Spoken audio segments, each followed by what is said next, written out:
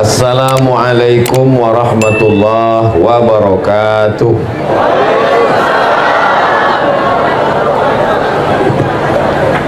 Anak raja menangkap balam, balam ditambat di tengah taman. Dari bunyi sambutan salam, nampak jamaah belum sarapan.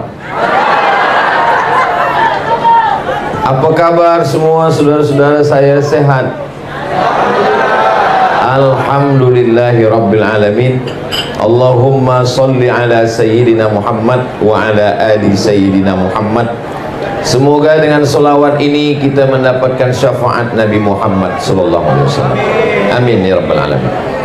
Yang berhormat Datuk Dr. Haji Yusuf bin Haji Yaakob, Adun N35 Sindumin, merangkap pengerusi Khazanah Sabah Berhad. Yang berhormat Datuk Mat Bali bin Haji Musa. Yang berbahagia, oh ini nama saya sendiri. Yang berusaha Tuan Haji Awang Quraimi bin Abdurrahman. Yang berusaha Al-Fadil Ustaz Awang Juri bin Awang Tahir. Yang berusaha Al-Fadil Ustaz Muhammad Rizwan bin Kaplin.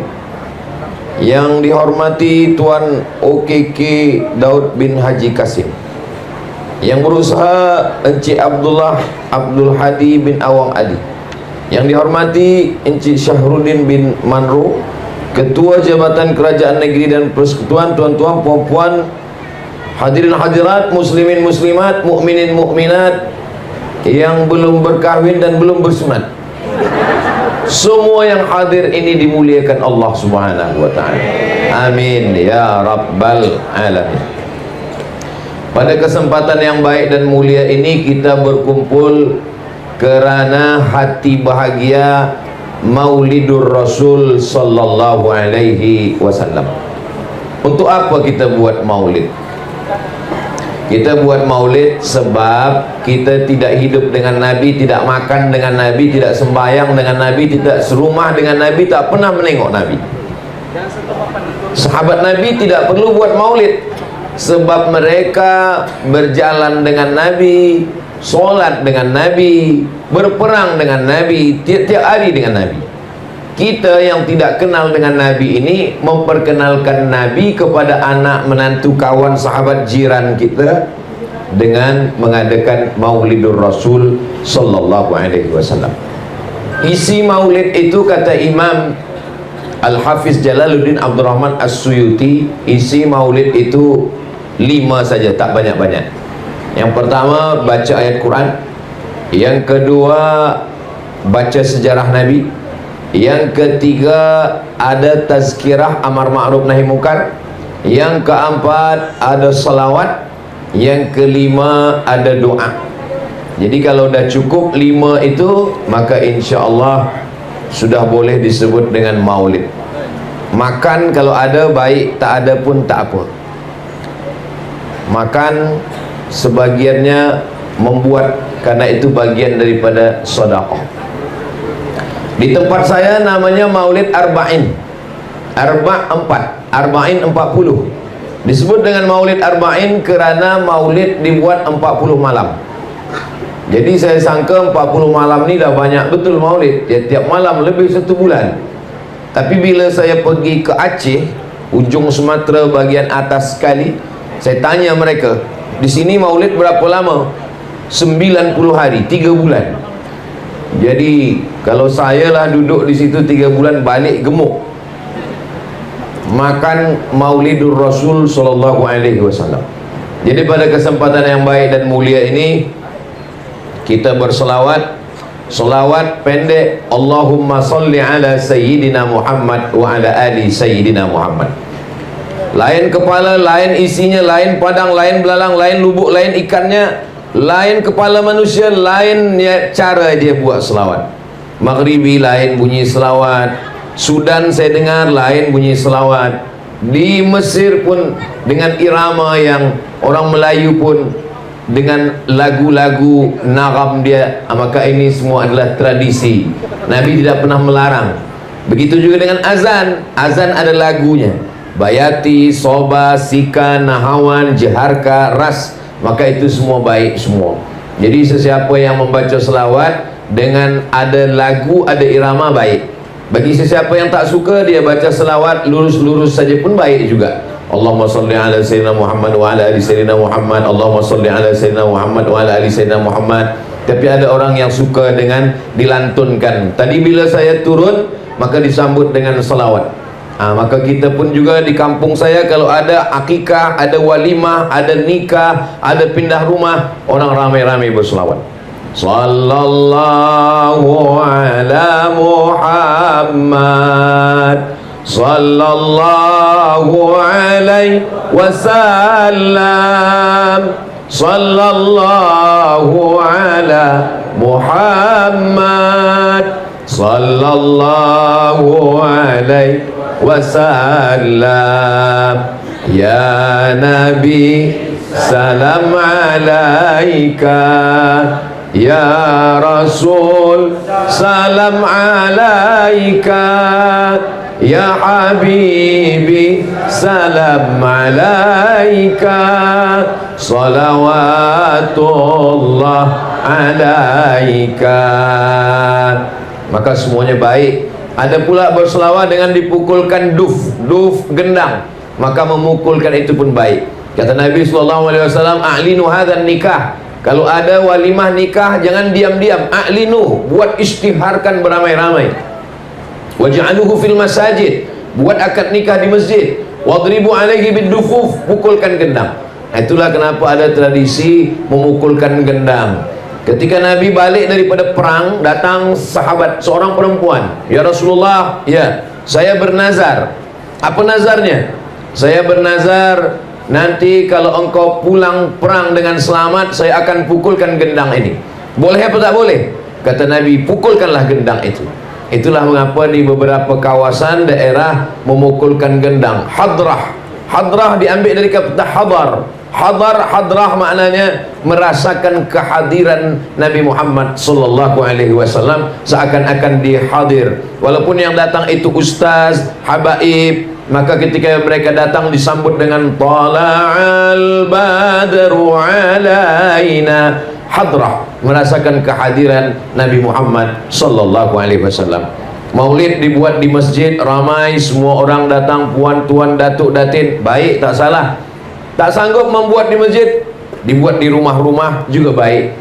Untuk apa? Untuk mengingatkan kepada anak keluarga kita, kalau kita mati nanti, maka mereka pun juga akan buatkan maulid untuk anak-anak kita, dan anak-anak kita pun nanti akan buatkan maulid pula untuk cucu-cucu kita. Dan kita buat macam ini sekarang, ini kita meneruskan tradisi yang dibuat oleh datuk-datuk kita dulu. Maka insyaAllah sampai hari kiamat negeri kita sepitang, betul?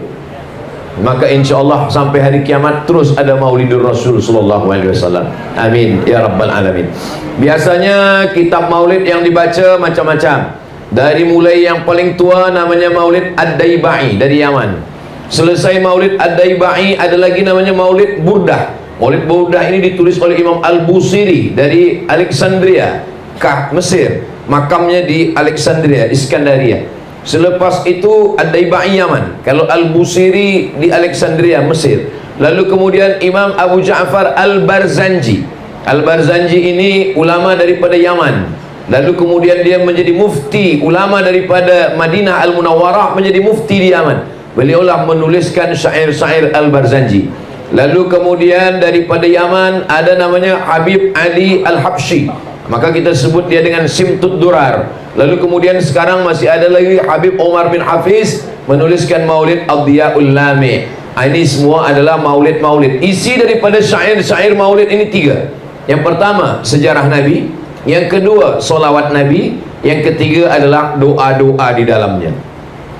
Kadang orang campurkan antara Barzanji dengan Simtud Durar dengan Ad-Daibai.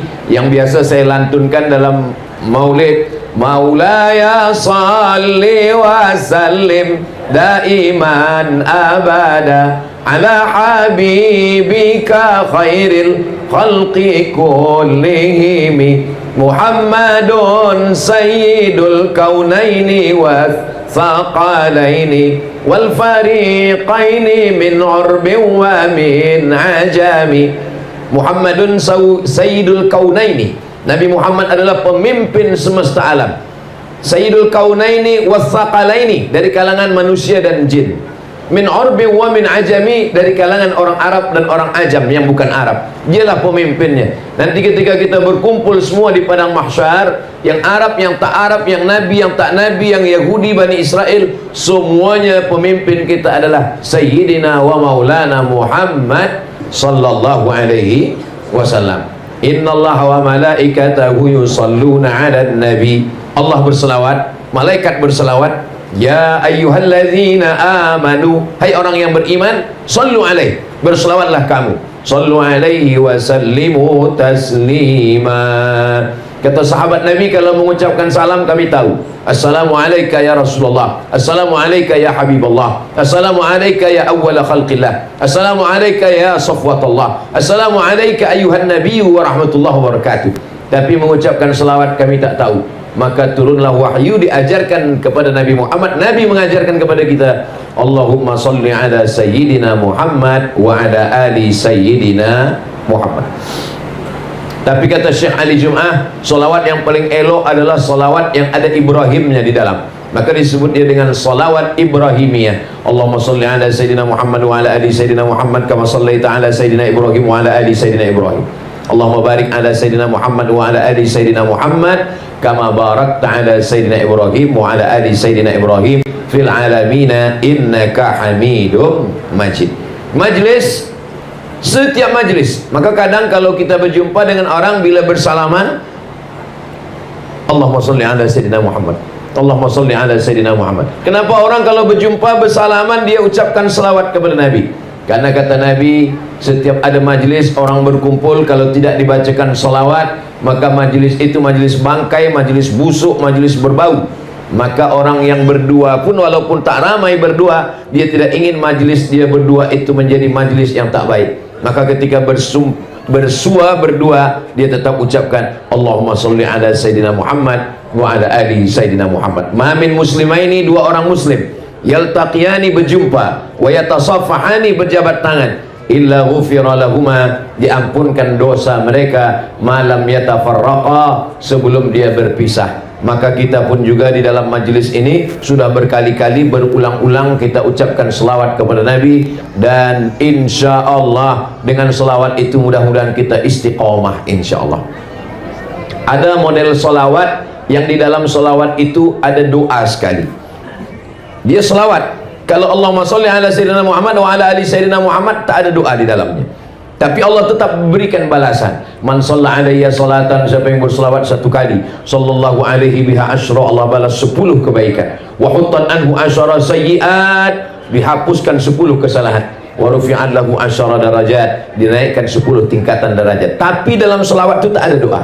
Allahumma salli ala sayyidina Muhammad wa ala ali sayyidina Muhammad. Tak ada doa khas untuk kita, tapi Allah tetap beri balasan. Nah, ada dalam solawat itu ada doanya sekali. Itu yang selalu juga kita baca dalam program-program tahlil, dalam takziah orang meninggal, dalam walimah, dalam acara nikah. Allahumma salli ala sayyidina Muhammad wa ala ali sayyidina Muhammadin salatan tunjina biha min jami'il ahwali wal afat, wa taqdilana biha jami'al hajat, wa tutahhiruna biha min jami'is sayyiat, wa tarfa'una biha indaka 'alad darajat, wa tuballighuna biha aqsal ghayat min jami'il khairat fil hayati wa ba'dal mamat, innaka sami'un qaribun mujibud da'wat wa ya qadhiyal hajat. Ini afdal baik semuanya. Hanya saja solawat ini ada yang diajarkan Nabi Muhammad SAW, dan ada solawat yang dibuat oleh para ulama, maka semuanya baik.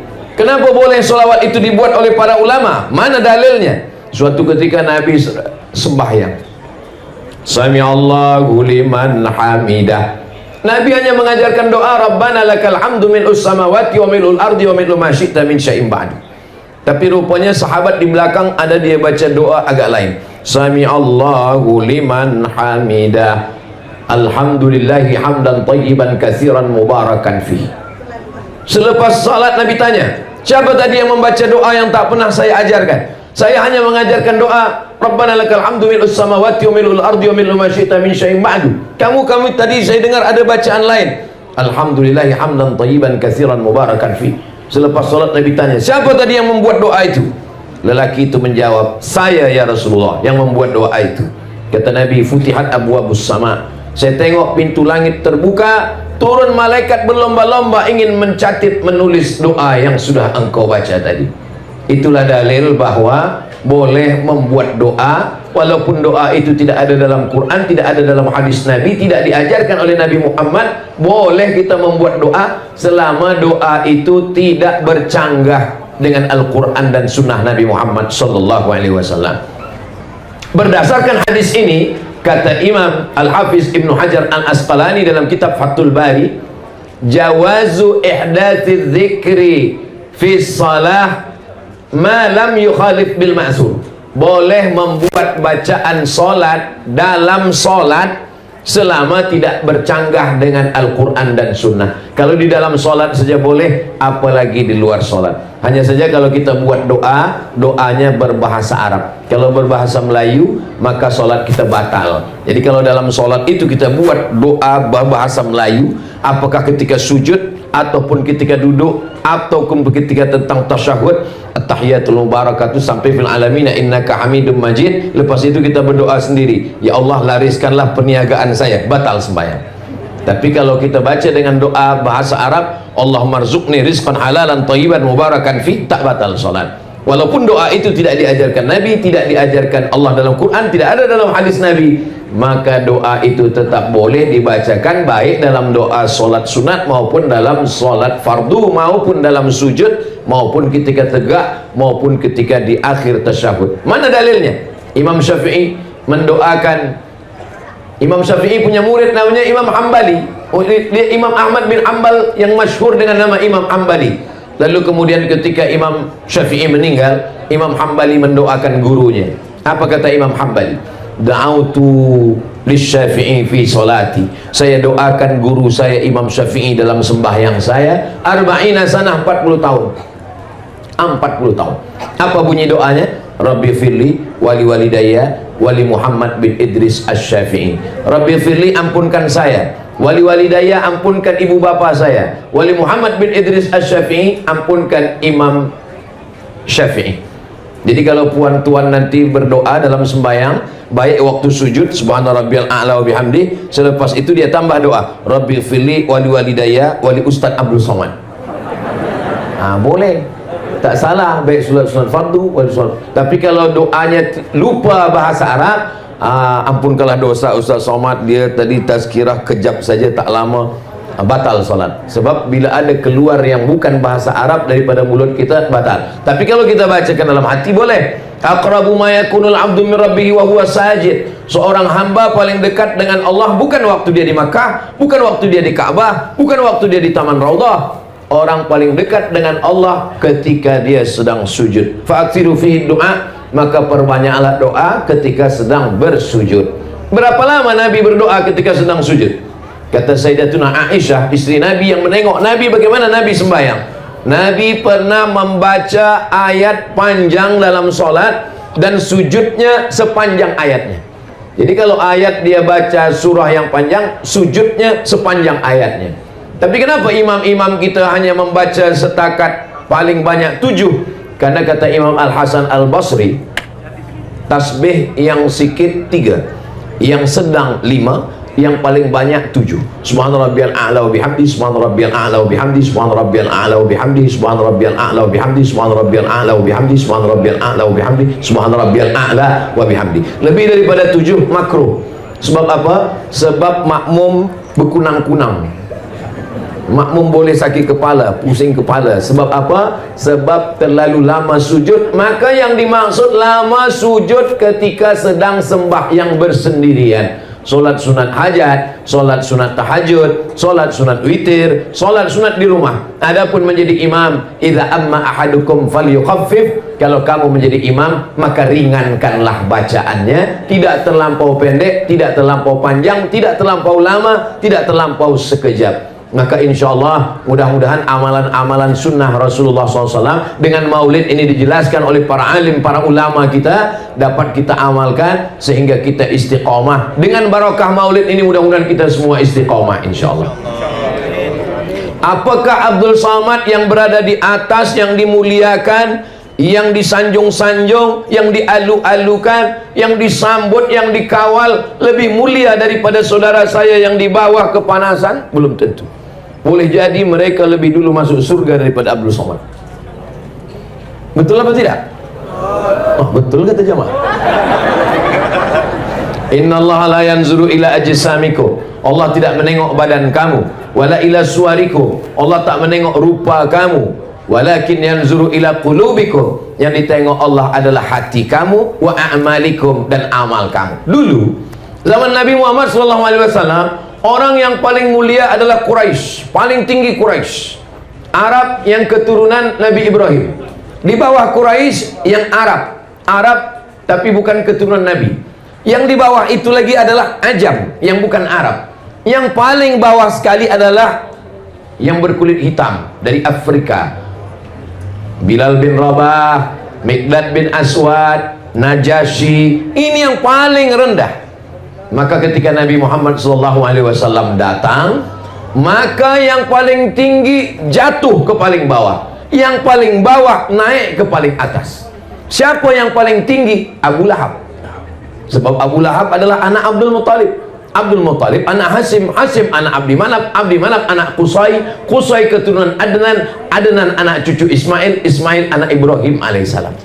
Jadi Abu Lahab itu darahnya adalah darah Nabi Ibrahim, darah Nabi Ismail turun kepada Abu Lahab. Abu Lahab yang di atas turun ke bawah. Tabbat yada Abi Lahabin wa tab, ma aghna anhu maluhu wa ma kasab, sayasla naran dzata lahab wa imra'atuhu hammalatal hatab fi jidha hablum mim masad. Yang paling tinggi Quraisy menjadi jatuh ke bawah. Siapa yang paling rendah? Bilal. Bilal paling rendah sebab dia Afrika. Kampung Bilal itu namanya Nubia. Ini Afrika. Yang paling atas Mesir, di bawah Mesir Sudan. Di situ ada kampung namanya Nubia. Berbatasan, bersempadan antara Mesir dengan Sudan itu ada kampung namanya Nubia, Afrika Utara. Orang Nubia ini warna kulitnya dua saja, hitam dan hitam sekali. Tak ada warna lain. Bilal bin Rabah yang paling bawah, paling rendah, miskin, hitam, budak, hamba sahaya, tak ada apa-apa. Tapi Bilal diangkat Allah menjadi paling atas. Bila Nabi mengangkat Bilal? Waktu Fathu Makkah, pembebasan kota Makkah tahun 8 Hijrah. Nabi membersihkan Ka'bah. 360 patung berhala dari batu, dari besi, dari kaca, dari emas, dari perak, semuanya dihancurkan. Lalu kemudian tibalah masanya, siapa yang akan naik ke atas Ka'bah mengumandangkan azan. Nabi tidak memanggil Abu Bakar, Nabi tidak memanggil Umar, Nabi tidak memanggil Utsman, Nabi tidak memanggil Miqdad, Nabi memanggil Bilal bin Rabah. Wahai Bilal, naik ke atas. Bilal yang selama ini paling rendah, hitam, susah, miskin, budak, hamba saya. Bilal naik ke atas, dia yang mengumandangkan azan. Allahu Akbar, Allahu Akbar. Apa kata orang kafir musyrik jahiliyah di Makkah waktu itu? Alhamdulillah ayah saya dah mati sehingga tidak menengok burung gagak hitam ini naik ke atas Ka'bah. Jadi Islam bukan hanya setakat sembahyang, bukan hanya setakat puasa sunat, bukan hanya setakat berzikir baca Quran, bukan hanya setakat jaga malam tahajud, tapi juga bagaimana kita merendahkan hati kita, yang kita merasa lebih tinggi menjadi jatuh ke bawah, yang di bawah boleh naik ke atas. Inilah yang membuat Abu Jahal, Abu Lahab, dan Abu-Abu yang lain tak sanggup. Karena mereka untuk duduk bersama dengan Bilal ini merasa berat. Bilal yang susah, Bilal yang hitam, Bilal yang budak kami. Kenapa kami boleh satu majlis dengan Bilal? Nabi Muhammad SAW ingin mengangkat darjah manusia. Manusia ini sama di hadapan Allah Subhanahu wa ta'ala. La fadla bainal Arabi wal Ajam. Tak ada beza antara yang Arab dengan yang bukan Arab. Wala farqa bainal abyadi wal aswad. Tak ada beza antara yang putih dengan yang hitam. Kullukum min Adam. Semua kamu dari Adam. Wa Adam min turab. Dan Adam dari tanah. Dari tanah balik kepada tanah, akan dimakan cacing tanah, masuk ke lubang tanah. Maka kita tiada kemuliaan. Kita mulia karena asyhadu an la ilaha illallah wa asyhadu anna Muhammadan Rasulullah. Kalimatu haqqin 'alaiha Kalimat hak, alaiha nahya, dengan itu kita hidup, wa alaiha namutu, dengan itu kita mati, wa biha nub'atsu, dengan itu pula nanti kita akan dibangkitkan di padang mahsyar bersama Nabi Muhammad dan masuk ke dalam surga bersama Nabi Muhammad sallallahu alaihi wasallam. Amin ya rabbal. Nabi memanggil Bilal, Bilal, ta'al, Bilal, kesini sekejap. Ada apa ya Rasulullah? Sami'tu dafana 'alaika baina yadayya fil jannah. Saya mendengar suara selipar engkau di dalam surga. Lalu Nabi berkata kepada Bilal, apa amalan engkau wahai Bilal? Kata Bilal, saya tak pernah meninggalkan 2 rakaat selepas wudhu. Bagi yang sudah melaksanakan, alhamdulillah. Bagi yang masih ragu-ragu, dalilnya sahih, tiada keraguan sedikit pun, hadisnya sahih. Malam nanti boleh, siang boleh, pagi boleh, petang boleh. Ambil wuduk, selepas ambil wuduk, usalli sunnatal wuduk raka'ataini lillahi ta'ala. Ini pun tak pernah dibuat Nabi. Salat sunat wuduk tak pernah dibuat Nabi. Salat sunat wuduk tak pernah disuruh Nabi. Salat sunat wuduk tak pernah diperintahkan Nabi. Nabi hanya mendengar suara selipar Bilal di dalam surga. Maka Nabi memanggil Bilal, apa amal engkau wahai Bilal? Kata Bilal, saya tak pernah meninggalkan 2 rakaat selepas berwudu. Ini juga dalil bagi orang membantah yang mengatakan kalau tidak dibuat Nabi bid'ah. Pendek saja kaedah yang dibuat orang sekarang, kalau tidak dibuat Nabi bid'ah. Seandainya kaedah itu yang dipakai Nabi, pasti Nabi memanggil Bilal, Bilal kesini sekejap. Apa amal engkau? Amal saya solat sunat selepas wudhu. Kalau tidak, saya buat bid'ah. Awak pelaku bid'ah, masuk neraka jahanam. Tapi Nabi tak ada mengatakan itu kepada Bilal. Nabi mengatakan bahwa amal engkau ini baik wahai Bilal. Itu namanya hadis takriri. Kalau ada orang mengatakan Nabi yang melakukan, hadis fi'li. Nabi yang mencakapkan, hadis qauli. Nabi tidak mencakapkan, Nabi tidak mengatakan, Nabi tidak mengucapkan, Nabi tidak melakukan, tapi dia bersetuju dengan perbuatan sahabat. Hadis takriri. Selepas Bilal ditanya, waktu Bilal belum ditanya, hadis apa namanya? Maka dia bukan hadis. Kenapa Bilal boleh berani melakukannya? Karena perbuatan itu tidak bercanggah dengan Quran dan sunnah Rasulullah sallallahu alaihi wasallam. Banyak sekali nama-nama solat yang tidak dibagi nama oleh Nabi sallallahu alaihi wasallam. Masuk ke dalam masjid, keluar daripada masjid, masuk masjid, solat sunat 2 rakaat. Tadi kamu sembahyang apa? Solat sunat tahiyatul masjid. Nabi tak pernah bagi nama itu. Tunjukkanlah kita mana hadis yang Nabi bagi nama solat tahiyatul masjid. Tak ada. Nabi hanya mengatakan, idza dakhala ahadukumul masjid, kalau kamu masuk masjid, fala yajlis, jangan duduk, hatta yusalli rak'ataini, hingga solat 2 rakaat. Namanya tak ada. Jadi membagi nama 2 rakaat tahiyatul masjid itu pun bid'ah, karena Nabi tidak pernah membagi nama itu. Jadi kalau kita mengatakan nama yang dibuat-buat itu adalah bid'ah, berarti apa namanya? Nanti bila saya ditanya orang, tadi Ustaz Somad solat apa? Tadi saya solat apabila kamu masuk masjid maka janganlah duduk kecuali solat 2 rakaat. Panjang betul namanya. Maka dibuatlah nama yang pendek, solat sunat 2 rakaat. Solat sunat nisfu Sya'ban. Tak pernah Nabi membuat solat sunat nisfu Sya'ban, tapi memperbanyak solat sunat di malam nisfu Sya'ban adalah amalan Nabi. Solat apa namanya? Bersesuaian dengan nisfu Sya'ban, solat nisfu Sya'ban. Nabi bertamu ke rumah sahabat. Sampai di rumah sahabat, Nabi diberikan jamuan makan. Selepas makan Nabi minum. Selepas minum Nabi bertanya, aina turidu an usolli? Di mana kamu mahu saya melaksanakan solat di rumahmu ini? Lalu sahabat itu menunjuk tempat di sudut rumahnya. Solatlah di sini ya Rasulullah. Lalu Nabi pun solat di sudut itu. Solat apa namanya? Tak ada namanya. Apa usollinya? Bagaimana niatnya? Usolli sunatan rakaataini, selepas dibagi jamuan makan lillahi ta'ala. Doa yang paling afdal adalah doa yang didahului dengan solat 2 rakaat. Maka ini masuk dalam yang disebut dengan solat sunat hajat. Hajatnya ingin mendoakan sahibul bait, hajatnya ingin mendoakan orang supaya lekas jumpa jodoh menikah, hajatnya ingin supaya yang sudah menikah punya anak keturunan. Usolli sunnatal hajat rakaataini lillahi ta'ala. Begitulah amalan-amalan yang dulu namanya belum ada, namanya datang belakangan. Begitu juga dengan amalan-amalan yang dulu belum ada tapi kemudian ada belakangan, tapi dasar asas daripada dalilnya tetaplah dari Quran dan sunnah Rasulullah sallallahu alaihi wasallam. Maka perbuatan-perbuatan kita yang amat sangat banyak sekali, selama dalil amnya masih ada, maka dia masih bernaung di bawah Quran dan sunnah. Adapun perbuatan yang tidak boleh, yang bid'ah, yang dhalalah, yang mungkarah, bid'ah dibuat-buat, dhalalah sesat, finnar masuk neraka, itu adalah perbuatan yang tak ada dalil sama sekali. Tak ada dalam Quran, tak ada dalam hadis, tak ada dalam ijma', tak ada dalam qiyas. Hari panas terik, pergi ke bawah tiang, lalu kemudian tegak sampai berpeluh menatap matahari ke atas. Bila ditanya apa yang sedang awak lakukan, semakin berpeluh semakin banyak pahala. Itu bukan saking banyak peluh banyak pahala, makin banyak peluh banyak sakit kepala.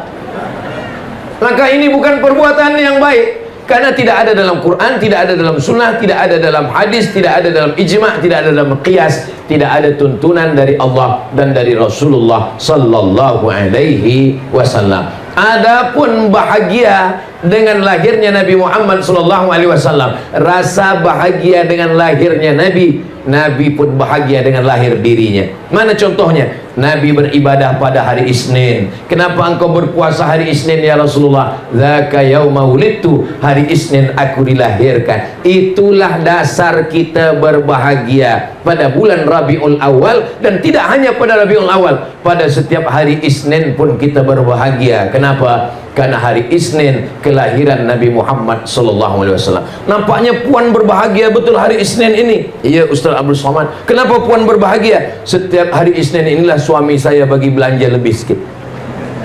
Supaya apa? Supaya saya memasak, supaya saya siapkan gulai, supaya saya siapkan manisan, supaya saya undang jemput jiran tetangga semuanya. Kami membaca maulid, kami berzikir, kami berselawat, kami berdoa di rumah yang kecil. Maka setiap rumah membuat anak menantu tahu, itu kita sudah mewariskan sesuatu tradisi yang baik. Man sanna fil islami sunnatan hasanatan, siapa yang membuat sesuatu yang baik, falahu ajruha, dia dapat pahalanya, wa ajru man amila biha, orang yang meneruskannya nanti selepas dia mati juga akan dapat pahalanya sampai pada hari kiamat, min ghairi an yanqusa min ujurihim syai'un, tanpa mengurangi pahala orang yang membuat pertama kali. Jadi siapa pertama kali yang membuat maulid, menyusun syairnya, menyusun selawatnya, dikumpulkan orang ramai, maka sampai hari ini dia mendapatkan pahalanya. Mudah-mudahan kita yang hari ini ada anak-anak kita yang hadir, belia-belia kita, nanti selepas kita mati menghadap Allah, kita akan meneruskan tradisi ini.